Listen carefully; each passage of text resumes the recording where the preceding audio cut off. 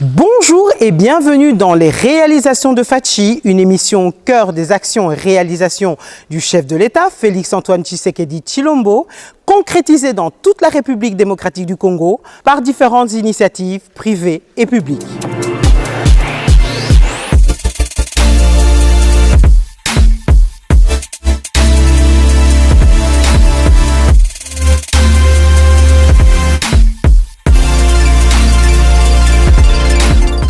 Aujourd'hui, nous allons vous faire découvrir le Centre culturel des arts et d'Afrique centrale, abrité au cœur de la capitale et qui fera de Kinshasa une véritable plaque tournante de la culture et des arts du continent africain. Avoir une salle de 2500 places à Kinshasa, c'est une aubaine pour nous autres artistes. Rencontre avec Madame Yolande Elébé, ministre de la Culture, des Arts et du Patrimoine, pour nous parler de cet ouvrage somptueux, résultat de la coopération sino-congolaise, redéfinie selon la volonté du chef de l'État, d'un partenariat réellement profitable à la République démocratique du Congo, mais également symbole de la longue amitié qui lie la Chine à la RDC. Excellence, Madame la Ministre, bonjour. Bonjour. Merci d'être là. Je sais que vous avez un emploi de temps chargé et pourtant vous êtes là dans ce cadre somptueux dont nous allons parler. Alors, avant de commencer, eh bien, Madame la Ministre Yolande Elébé, vue par elle-même, ça donne qui? Eh bien, Madame Yolande Elébé Mandembo, c'est une culturelle d'abord, écrivaine, congolaise, qui a une passion pour son pays et qui aujourd'hui a cet honneur, mais aussi ce devoir, pour moi, que j'estime extrêmement important, celui de porter le ministère de la Culture. Et comme on dit, culture et zaboko konabiso, ça veut dire c'est les racines de ce pays. Et donc pour moi, c'est une responsabilité que le chef de l'État m'a confiée et que je prends extrêmement au sérieux. Voilà, c'est ça, Madame Yolande Elébé Mandembo. Mais c'est beau, c'est beau. Merci. Alors, on y est, hein, ce merveilleux endroit. Le fait d'être ici aujourd'hui, ça vous fait quoi? Vous vous sentez comment? Eh bien, je trouve, je suis heureuse de voir un cadre comme celui-ci dans mon pays. C'était dommage que nous n'en ayons pas. Parce que quand on parle, c'était même un paradoxe, on peut le dire, parce que un pays hautement culturel comme la RDC ne peut manquer d'espace comme celui-ci, d'espace d'expression, d'espace de créativité, d'espace de professionnalisation. Et donc, avoir ce bijou, pour moi, c'est une fierté et bien évidemment, j'en remercie notre président de la République, le chef de l'État, son Excellence Félix-Antoine Tshisekedi Tshilombo. Alors justement, donc nous sommes au Centre culturel et artistique pour les pays d'Afrique centrale. Alors en quoi ce centre justement s'aligne dans la vision du chef de l'État, Félix-Antoine Tshisekedi Tshilombo? Mais je citerai 2 points. La création d'emplois déjà, parce que ça permet, avec un centre comme ça, la création d'emplois. Mais en même temps, nous avons la diversification et la compétitivité en termes économiques. Très souvent, on voit la culture comme juste un outil de divertissement, ce qui est une grosse erreur. Alors que la culture, non seulement c'est nous, ce que nous sommes, ce que nous pensons, comment nous réfléchissons, comment nous nous habillons, comment nous mangeons. Mais à côté de ça, il y a toute une économie autour de la culture. Et donc, on s'est battu longtemps justement sur ce projet d'avoir le développement aussi par la culture. Et donc, un centre comme celui-ci, pour moi, est vraiment un outil qui va permettre non seulement la professionnalisation, au niveau du secteur culturel, mais aussi la diversification de l'économie. Vous parliez de la culture qui se perd un peu, et c'est une réalité, face à une jeunesse qui est là et qui parfois est confrontée à d'autres cultures. J'utilise bien le terme confronté parce que c'est pas toujours de manière positive à cause des réseaux sociaux, etc. Et on a affaire à une acculturation justement. Qu'est-ce que vous aimeriez dire à cette jeunesse qui nous regarde, cette jeunesse congolaise, pour qu'elle soit justement fière de sa culture et puis qu'elle se réconcilie avec sa culture congolaise? Je pense que la jeunesse ne s'est pas totalement dégagée de notre culture. Elle continue à la porter, mais à sa manière. Maintenant, l'un des volets importants du ministère de la Culture, c'est la préservation de notre culture. Ça veut dire quoi? Ça veut dire que nous sommes dans un monde qui est devenu global, avec le numérique, avec tout ce qu'on voit, les réseaux sociaux, qui fait que notre jeunesse est ouverte au monde. Mais l'ouverture au monde ne veut pas dire que nous devons nous perdre. Et donc c'est un défi majeur, c'est un défi qui est celui du ministère de la Culture, de faire en sorte que nous ayons les racines pour avoir des ailes. Et tant que nous portons pas nos racines fermement, les ailes nous mèneront nulle part. Et c'est pour ça que je pense que notre jeunesse reste une jeunesse fortement ancrée dans notre culture, parce que quand je vois, par exemple, dans le domaine musical, on reste très ancré dans notre musique à nous, même si cette musique s'urbanise aussi et devient, enfin, il y a un métissage avec ce qui se passe ailleurs, mais nous restons quand même très ancrés dans ce qui est nous, mais il y a des choses qui se perdent, notamment les traditions, notamment certaines langues, et donc c'est sur ce côté-là que notre ministère se doit de préserver, de protéger notre patrimoine, qu'il soit au niveau des langues, qu'il soit au niveau des traditions. Nous sommes un pays, comme je dis, riche de sa diversité, c'est-à-dire, je crois que nous sommes le pays qui exprime le mieux la diversité dans l'unité. Et donc nous devons préserver tout ça. Donc c'est un défi, mais je crois que notre jeunesse est tout à fait ouverte à ça. Maintenant, c'est à nous aussi de faire en sorte qu'ils restent ancrés dans cette tradition, en tout cas qu'ils la connaissent, et puis qu'ils soient aussi ouverts au monde. Merci, en tout cas, c'est vrai que c'est important et c'est bien de l'avoir souligné. Alors, le Centre culturel et artistique pour les pays d'Afrique centrale est abrité au cœur de Kinshasa, fera sans doute de la capitale une véritable plaque tournante de la culture. Mais selon vous, à votre avis, quels seront les débouchés de ce projet pour Kinshasa, pour la RDC, pour l'Afrique centrale en général? Quels seront les débouchés? Je peux en compter trois. D'abord, le développement en termes culturels, économiques aussi. Nous pouvons aussi parler du fait que ça va ouvrir une certaine diplomatie culturelle, mais aussi le rayonnement de notre pays à travers ce centre, qui sera un centre qui sera ouvert aussi à d'autres pays, non seulement de l'Afrique centrale, mais de partout, à notre diaspora aussi. Et donc je pense que ce centre répond pour moi déjà à ces trois points importants. Oui. Alors, pourquoi un centre culturel et artistique pour les pays d'Afrique centrale et non exclusivement pour la RD Congo? Bon, je crois qu'il faut retourner à la genèse de la construction de ce site. C'est parti au fait de ce sommet sino-congolais, sino-africain, pardon, le troisième, où il a été décidé de créer des centres culturels en Afrique. Et donc, il fallait en créer 5. Un en Afrique du Nord, un en Afrique de l'Ouest, un en Afrique de l'Est, un en Afrique australe et un en Afrique centrale. Et donc la RDC, pour moi c'est naturel que nous ayons été choisis et que la ville de Kinshasa ait été choisie. Et donc c'est un centre pour l'Afrique centrale, mais c'est un centre congolais. Parce qu'il a été, même en termes du statut juridique et administratif, c'est un centre congolais. Mais ouvert à l'Afrique centrale, et il est ouvert à l'Afrique centrale par justement les programmations qu'il y aura, les échanges culturels qu'il y aura. Et donc je pense que sur ce point-là, pour moi, il y a pas vraiment de débat à avoir. Ce centre est au Congo. Personne ne viendra le prendre pour l'amener ailleurs.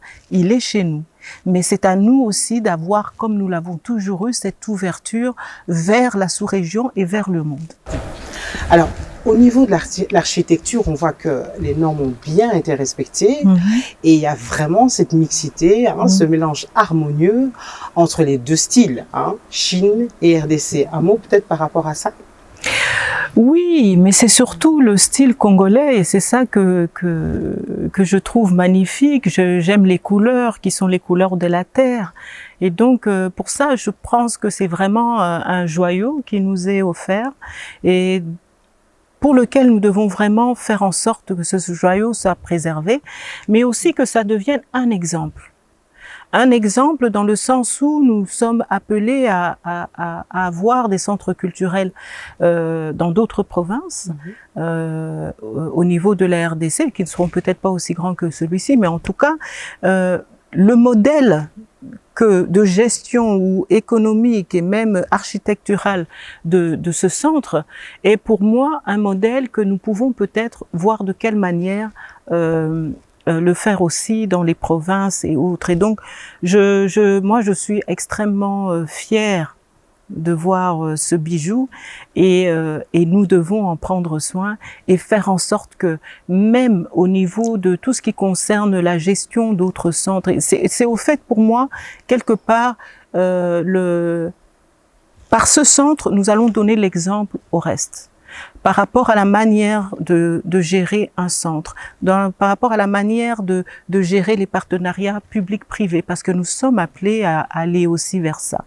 Par la manière de faire en sorte que ce soit aussi un lieu de formation, que ce soit un lieu de création, que ce soit un lieu de diplomatie culturelle. Et donc ça, c'est l'exemple grand art. Voilà, c'est bien ça. Ça va encore mieux. Oui, exactement. Alors, la salle, on est en plein centre-ville, hein. Enfin, on est en face du Palais du Peuple. On est dans la salle principale, le théâtre principal. 2000 places, quand même, hein. C'est bien grand, hein. C'est magnifique. Donc, dans cette salle, il y aura quoi? Il y aura quoi? On fera quoi? Il y aura tout. Il y aura tout. On peut tout faire dans cette salle. Et donc, ça permet l'expression artistique vraiment dans toute sa beauté. Et puis, nous sommes dans un secteur qui est artistique. Nous avons le Palais du Peuple juste en face, puisqu'on parlait de la Chine, qui nous a aussi été aussi offert par la Chine, qui est normalement aussi un centre culturel. Oui, historiquement, ça a été offert comme aussi un lieu culturel, mais bon, les choses ont évolué. Nous espérons pouvoir le récupérer un jour. Nous avons à côté le musée et nous avons le Stade des Martyrs qui fait partie aussi de la coopération entre la RDC et la Chine. Donc, je pense que le secteur est un secteur qui est hautement culturel et qui va permettre, je pense, avec une bonne programmation, avec une bonne vision, avec cette idée vraiment d'ouverture à la culture, de faire des choses magnifiques, mais vraiment avec toutes les disciplines artistiques, mais au-delà de ça, aussi un lieu de formation. Voilà. Alors, avant de vous poser ma dernière question, parce que ça passe tellement vite, hein, j'aimerais tellement encore rester en votre compagnie, mais est-ce que vous pouvez peut-être encourager un artiste qui nous regarde et qui se dit, l'art, c'est pas toujours quelque chose de reconnu, c'est pas toujours quelque chose de, voilà, c'est pas un métier à part entière pour certaines personnes, alors que comme vous l'avez dit, l'art, la culture, c'est tout. Il y a un artiste qui nous regarde et qui dit, j'ai pas le sentiment de pouvoir vivre dans mon art et de pouvoir évoluer dans mon art. Qu'est-ce que vous aimeriez lui dire? Je lui dirais, je connais ce sentiment parce que je suis artiste aussi. Je connais ces moments de solitude pour la créativité, mais après aussi ces moments de solitude où on est là face à moi, par exemple, à un livre que j'écris et que je me dis, et maintenant j'en fais quoi? Je le distribue comment? Comment les gens vont connaître mon livre? Comment je peux faire en sorte que mon art, ma créativité soit connue? Ce sont des questions que je pense, la solitude de l'artiste se trouve à ce niveau-là. Mais en même temps, justement parce que je suis du domaine et que je le connais, c'est l'une des raisons pour laquelle dans mon combat, en tout cas une fois arrivé au ministère, j'ai voulu d'abord parler réglementation. Parce que sans réglementation, ça ne permet pas la professionnalisation. Et sans la professionnalisation, il y a aussi des difficultés pour pouvoir vivre de son art, notamment protéger ses œuvres. Et ça, c'est avec les droits d'auteur et autres. Et donc, depuis que j'ai été nommée, par le chef de l'État et que j'ai reçu aussi la confiance de la première ministre, de qui je reçois aussi des orientations. Mon défi a été d'abord de parler réglementation, statut de l'artiste, loi fixant les principes fondamentaux de la, enfin, loi fixant les principes fondamentaux de la politique culturelle, réglementation des concerts et autres arts vivants, parce qu'il y en avait pas. Donc il y a plusieurs aspects aujourd'hui qui, pour moi, sont très importants pour pouvoir faire en sorte que l'artiste puisse travailler correctement et qui puisse aussi vivre de son art. Mais au-delà de ça, nous avons des réflexions, par exemple sur la sécurité sociale de l'artiste, sur le fait que nous recevons souvent des artistes qui sont malades, qui ne peuvent pas se faire soigner, et donc nous essayons de réfléchir couverture maladie. Nous n'avons pas un répertoire fiable des artistes. Or, comment faire des prévisions? Comment faire mettre en place des plans d'action si vous ne savez pas quel est l'écosystème? Et donc, nous avons lancé aussi à ce niveau-là, au niveau de notre site internet, un appel aux artistes de venir s'inscrire. Et nous avons aussi demandé à ce que tous ceux qui ont des activités culturelles, en tout cas des activités culturelles qui sont assez c'est-à-dire des biennales ou annuelles ou autres, qui puissent aussi s'inscrire. Parce qu'on ne peut pas planifier. On ne peut pas planifier le développement sans savoir ce qu'on a. Et donc, tout ça, c'est vraiment les premières choses sur lesquelles nous avons travaillé. Et donc, je dis à cet artiste-là, nous sommes vraiment là pour travailler pour vous. Nous sommes là pour trouver des solutions. Mais avant tout, nous devons parler réglementation. Nous devons savoir qui nous avons, parce que les artistes, ce n'est pas que Kinshasa, c'est le pays entier et c'est aussi la diaspora. Et nous avons aussi, au-delà de ça, notre patrimoine culturel que nous devons préserver, matériel et immatériel. Nous avons notre précieuse rumba que nous devons aussi accompagner, préserver les œuvres. Vous savez que les premiers artistes qui ont joué la rumba, c'était sur du vinyle. Je pense que les jeunes d'aujourd'hui ne connaissent pas les 45 tours, 33 tours. Nous, on est la génération qui avons connu tout ça. Mais aujourd'hui, on a du mal parfois à retrouver les œuvres, les premières œuvres de nos artistes. Et donc, difficile de les protéger. Or, c'est notre patrimoine. Et au-delà de ça, nous avons aussi les afro-descendants. Parce que on les oublie parfois. Mais ces afro-descendants-là, pour la plupart, et ça c'est même l'UNESCO le reconnaît, une grande majorité de la traite négrière s'est faite chez nous, enfin, dans le bassin du Congo. Et donc, ce sont nos frères. Et quand on va dans certains pays, jusqu'aujourd'hui, il y a des traditions qu'ils ont gardées, des chants, des danses qu'ils ont gardées. Et nous devons les faire revenir, ils doivent revenir à la maison. En tout cas, on doit refaire ce lien. Et pour ça, moi, j'applaudis beaucoup le chef de l'État parce que il est le premier président africain, à l'époque où il était président de l'Union africaine, à avoir célébré la Journée mondiale de la culture africaine et afrodescendante le 24 janvier. Et ça ne s'est jamais fait en Afrique par un président de la République. Il a été le premier. Et pour moi, c'est l'un des grands culturels parce c'est lui aussi qui a lancé le Grand Prix panafricain de la littérature pendant qu'il était président de l'Union africaine. Donc, je dis à la jeunesse congolaise, à la jeunesse artistique, on pense à vous, on se bat pour vous, on est là pour vous, on est ensemble. Et vraiment, le gouvernement actuel est vraiment dans ce dynamisme-là de faire en sorte que la culture devienne un vecteur de développement socio-économique pour notre pays. Donc, on est ensemble. Bonjour, je m'appelle Okwakanza, je suis artiste et musicien. Avoir une salle de 2500 places à Kinshasa, c'est une aubaine pour nous autres artistes. On était obligé à chaque fois de se déplacer ailleurs dans d'autres pays pour pouvoir avoir cette chance d'avoir une salle convenable pour pouvoir exercer notre passion. Là enfin, on a à Kinshasa une salle qui nous correspond, où on peut s'exprimer, et je dis un très très grand merci. Magnifique, magnifique. Je pense que vous avez parlé déjà du programme d'action du gouvernement justement pour le secteur culturel. Peut-être juste un mot pour terminer par rapport à ça, le programme en lui-même. Le programme en lui-même, il est bon. Il y a évidemment la préservation de notre patrimoine matériel et immatériel. Nous avons aussi la création des maisons de la culture à l'étranger, ce qui est extrêmement important parce qu'aujourd'hui nous avons une diaspora très large et qu'il faut que cette diaspora ait une maison. Nous, on a appelé ça Nandako. Et même au niveau du ministère, on dit toujours aux gens, allez boya Nandako. Donc c'est chez nous. Parce que c'est la maison de la culture. Et au niveau donc on est en train de travailler, le programme est prêt, bien entendu, mais nous allons le présenter très prochainement au Conseil des ministres.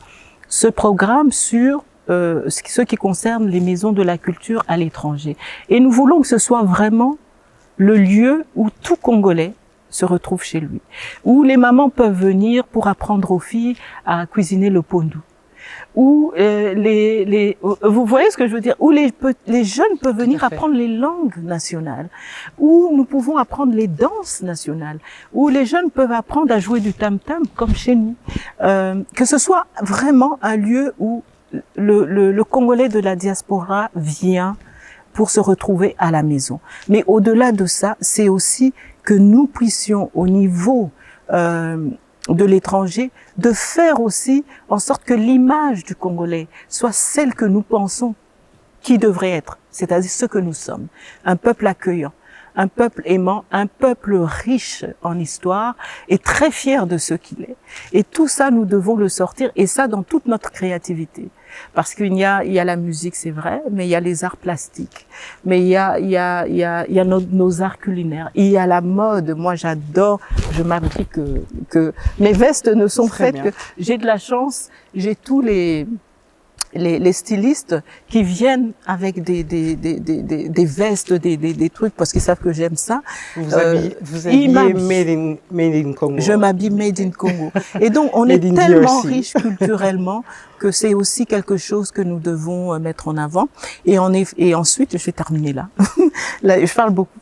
Non, mais vous parlez très bien. Mais oui, quand je parle de culture, je suis très passionnée. Mais pour ce qui concerne la diplomatie culturelle, c'est aussi important parce que c'est un bras séculier de la diplomatie de notre pays. Il y a la diplomatie classique, traditionnelle, mais la culture est aussi un bras séculier de ce que nous voulons qu'on sache de notre pays. Quels sont nos combats, notamment la guerre qui nous est imposée par le Rwanda? Nous devons, nous aussi, en tant que culturels, en parler. Et donc, voilà, c'est tout ça. C'est tout ça. Et tout ça pourra s'exprimer ici. Ici d'abord. Et ce lieu, c'est celui qui va permettre de montrer que oui, la culture, ce lieu est un lieu de formation, ce lieu est un lieu de création, ce lieu est un lieu d'union, de rencontre, qui permet aujourd'hui à l'artiste de s'exprimer dans toute sa splendeur et dans toute sa créativité. Excellence, Madame la Ministre, infiniment merci. Je vous en prie. À très bientôt et très très bonne continuation à vous. Merci. Ainsi s'achève la présentation de cette magnifique bâtisse dont le choix du design est volontairement un mixage harmonieux des styles chinois et africains et qui sera pour sûr un véritable carrefour d'échanges et de dialogue culturel. Merci de nous avoir suivis, merci à toute l'équipe technique et à très bientôt pour un autre numéro des réalisations de Fachi.